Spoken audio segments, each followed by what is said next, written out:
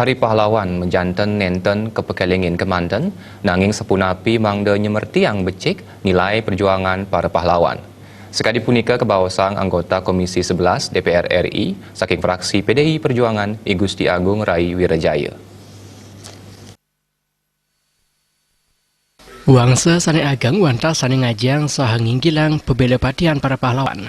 Sekali sane kebawasang Bung Karno, panegara sane ageng menjantan nenten lali ring sejarah jas merah.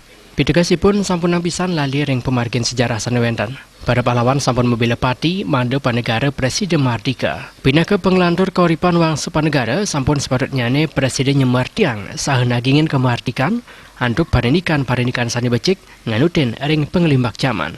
Anggota DPR RI I Gusti Agung Rai Wirajaya ngowahin Hari Pahlawan patut kanggen nincapang kermaketan pasemetonan kabi malih ring tahun politik sekali mangken. Parikrama politik kanggen serana melajah demokrasi nincapang kermaketan sah kermaketan wangsa panegara. Mengisi ini saja dalam rangka perjuangan ini harus kita lakukan bersama-sama. Nah, kalau tidak, kita sebagai bangsa besar kapan lagi harus bisa melaksanakan rasa nasionalisme ini? Mari kita bangun bersama-sama rasa nasionalisme ini agar para pahlawan kita juga tenang di sana. Kita yang mengisi kemerdekaan ini harus tetap menjaga NKRI ini sampai darah penghabisan juga ya seperti yang mereka lakukan.